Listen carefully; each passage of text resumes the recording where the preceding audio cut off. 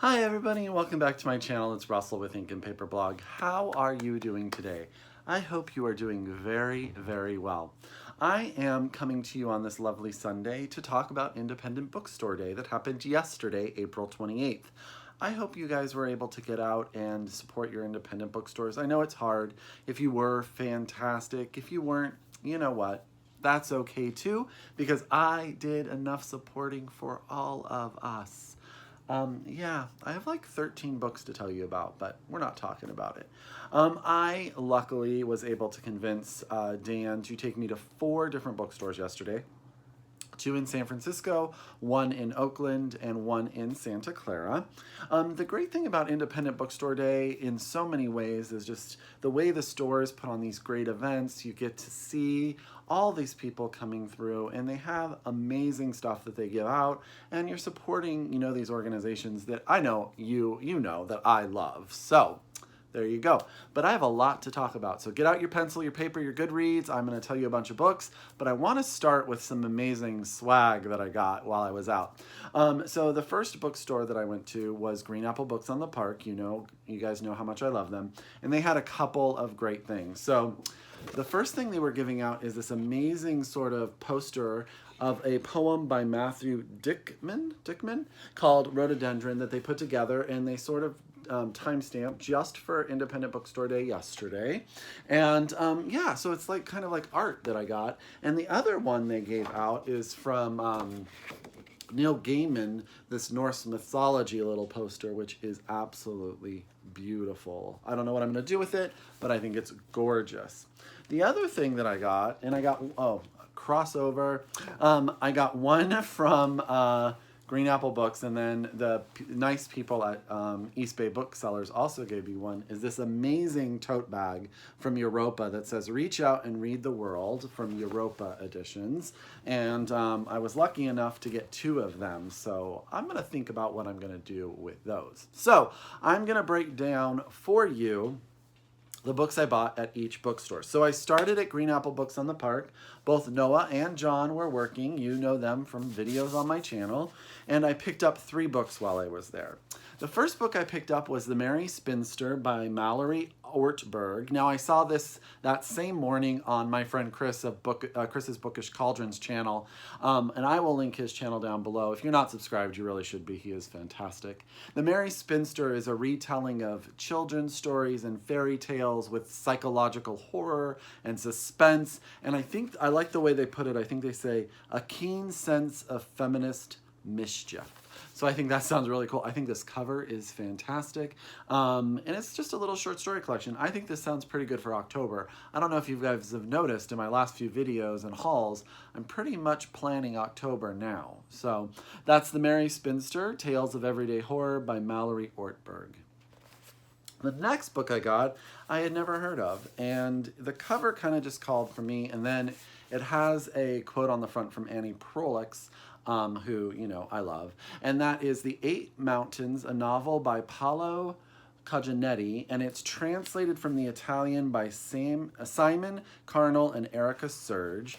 This is the story of 2 young boys who sort of meet each other in the mountains of Italy, and both of their families have a love for the mountains, but their lives are very different. I have a feeling one comes from more of a working class means, and one comes from a more affluent means, and but their friendship from their childhood in the mountains sort of intersects throughout their entire life. And this is sort of the story of their friendship through time, and sort of the trials and tribulations of their statuses in the world, and how that affects their friendship, and how people love each other through, yeah, it's supposed to be, it just sounds so good. And I had never heard of Paolo Cognetti, and I don't know much about Atria Books either, so I am super excited about The 8 Mountains, and yeah, sounds good. The next book I bought was totally on a whim, and that is The Wild Birds by Emily Strelow, and this is actually a local author. Now I'm going to read the blurb for this one, because this is one of those books that jumps over time periods, so it's a little complicated to sometimes summarize. It says, Cast adrift in 1870 San Francisco after the death of her mother, a girl named Olive disguises herself as a boy and works as a lighthouse keeper assistant on the Farallon Islands to escape the dangers of a world unkind to young women. In 1941, nomad Victor scours the Sierras searching for refuge from a home to which he never belonged. And in the present day, precocious 15-year-old Lily struggles, despite her willfulness, to find a place for herself among the small-town attitudes of Burning Hills, Oregon. Emily Strelow's mesmerizing debut stitches together a sprawling saga of the feral Northwest across farmlands and deserts and generations, an American mosaic alive with birdsong and gunsmoke held together by a silver box of eggshells, a long-ago gift from a mother to her daughter. So I think that sounds really good. I thought the cover was gorgeous, so I thought, you know what, I'm just going to pick it up. And it is signed on the front. So there you go. That is The Wild Birds by Emily Strelow.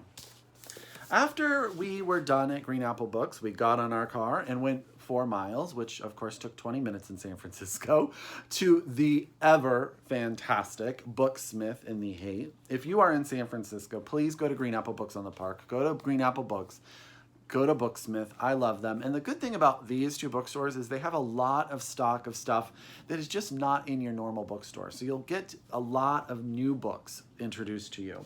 The 2 books that I bought there, the first is called The Desert and Its Seed by Jorge Barón Biza. And this is translated from the Spanish by Camilo Ramirez.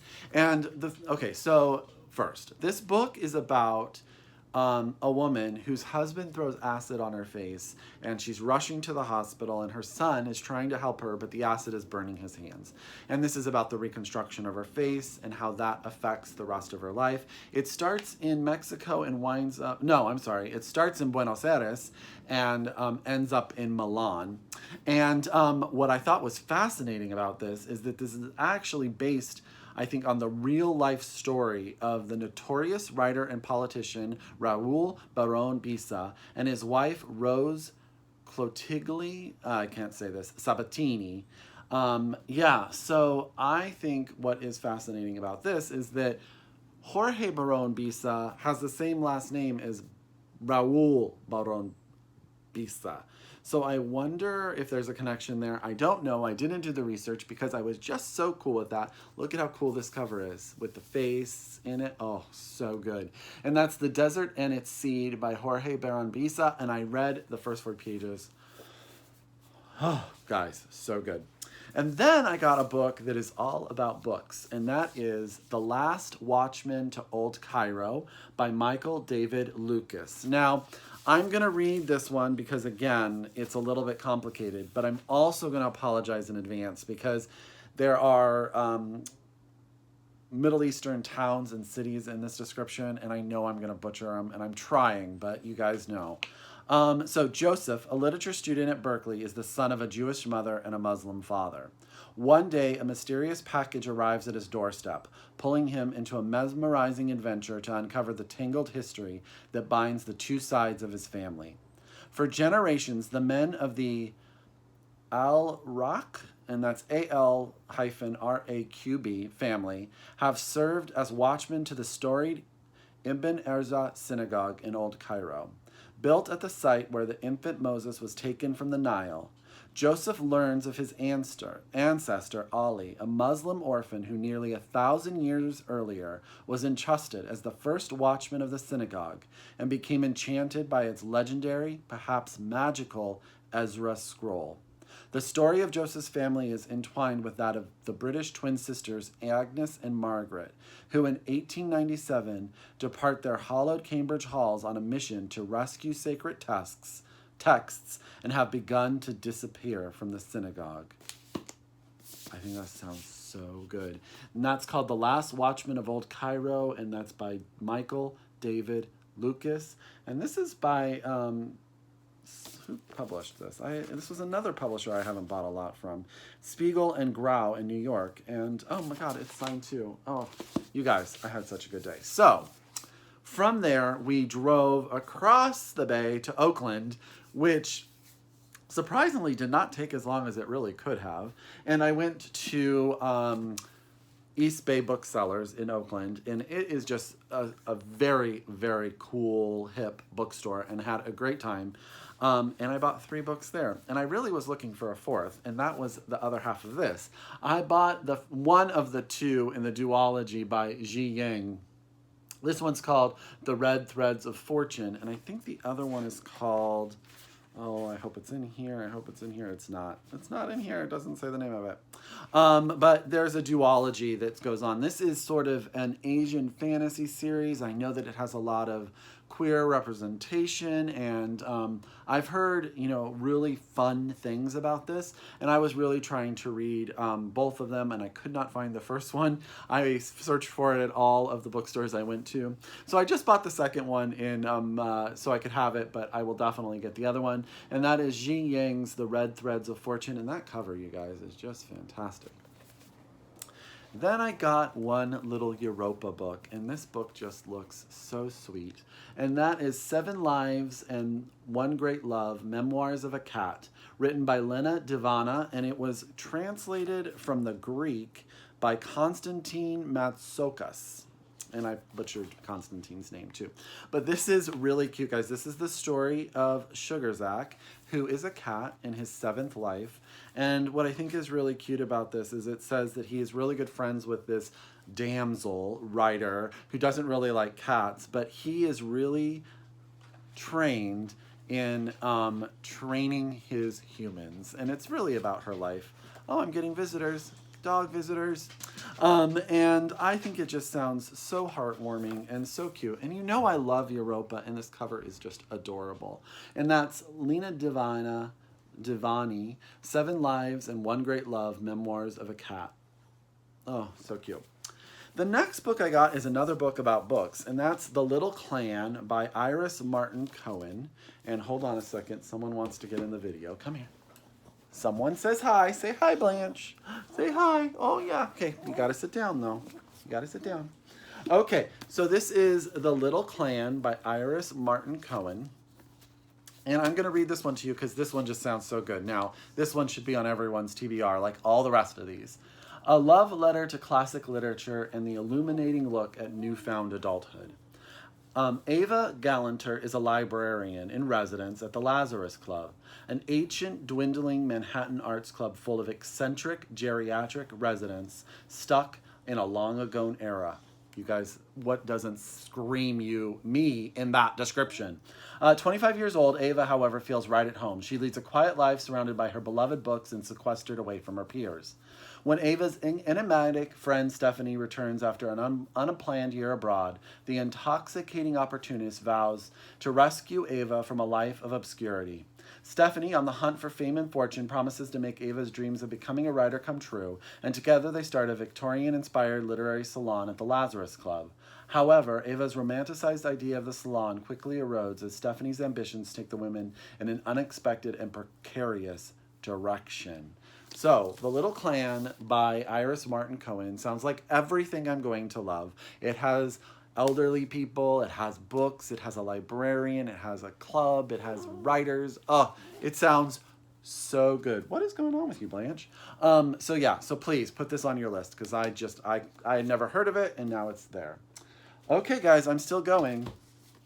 Then I went from Oakland to Santa Clara to Books Inc. Santa Clara, which sadly I found out is closing, but it's actually going to reopen in another location, which was really good. So the first book I got was this one, the memoir, Dear Friend for My Life, I Write to You in Your Life by Yiyun Lee. And this is a memoir of a woman who is dealing with suicidal depression, but it also has to do with how books are very important to her. And I just think it says, written over 2 years while the author battled suicidal depression, is a painful and yet ritually affirming examination of what makes life worth living. And she talks about her favorite authors and her favorite books and stuff like that. So I think this sounds so good. And that's Dear Friend from My Life, I Write to You in Your Life by Yiyun Lee. Okay, 2 more that I got and then I'll give you the proofs. The next one I got was The Unkind Ghosts by Rivers Solomon. Rivers uses the pronoun they, so I'm going to use the pronoun they when I speak about Rivers. They wrote this book in a futuristic sci-fi setting set on a spaceship that is segregated like the antebellum South. And this is the story of Astor, who is sort of in the lower levels of this society and sort of sounds like becomes part of a civil war. So Rivers Solomon, An Unkindness of Ghosts. That cover, ooh, so good. I've seen some people read this. It's blurbed on the back, by the way, by Victor Lavalle, and so you know how much we loved him. And Lee Child blurbs this book, so there you go. So An Unkindness of Ghosts, Rivers Solomon. The last book I picked up because I saw that Mercedes was reading it and really raving about it as she went along, and that's Tangerine by Christine Mangan.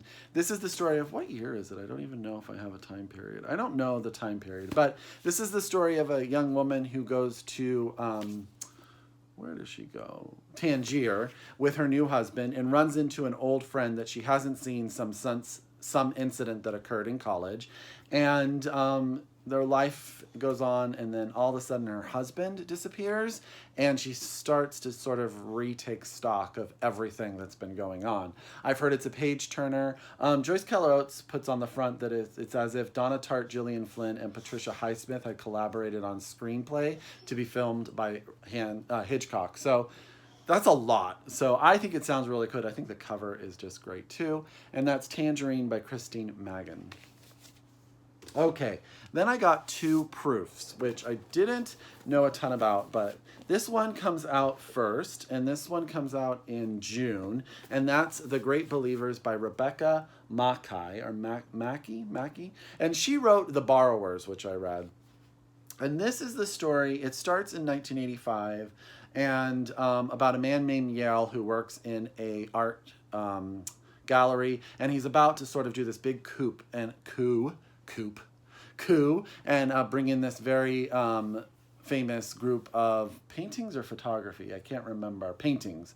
But it's set in Chicago, and it's about how the AIDS crisis affects this man and his friendships and his lover and all that kind of stuff. And then you spring forward to the future in Paris, where we have Fiona, who is tracking down a famous photographer, and all of this sort of connects together, and she starts to reflect on how the AIDS crisis was affecting Chicago 30 years earlier. So that sounded really interesting. I always I've always meant to read books by Rebecca, and I haven't done that. So this one comes out in June of 2018, and that's The Great Believers by Rebecca Makkai. And then last but not least in this video is The Caregiver by Samuel Park. And this book is, Samuel actually graduated from Stanford, and it was funny. He was born in Brazil, raised in Los Angeles, lives in Chicago, and right after he finished this book, he passed away from stomach cancer. And this is the story of a mother and a daughter, and the mother and daughter are very close. They're sort of each other's worlds, but things sort of happen, and the mother has to make decisions, and the daughter winds up in California, and when she's in California, she starts to reassess the life that she knows and lives and the history she knows about her mother. And I don't know, it sounded really heart-wrenching, and the whole backstory. So that's The Caregiver by Samuel Park. So that was a lot of books. This is a long video, but I hope every single one of these makes it onto your TBR, because I am super excited about everything I bought on Independent Bookstore Day. As always, if you are a return subscriber, thank you guys so much. If you're new to my channel, I hope you found some books and you like what you see, so subscribe. And until next time, Blanche, there she is, and we say happy reading. Bye. She looks so scared. Bye, guys. Talk to you later.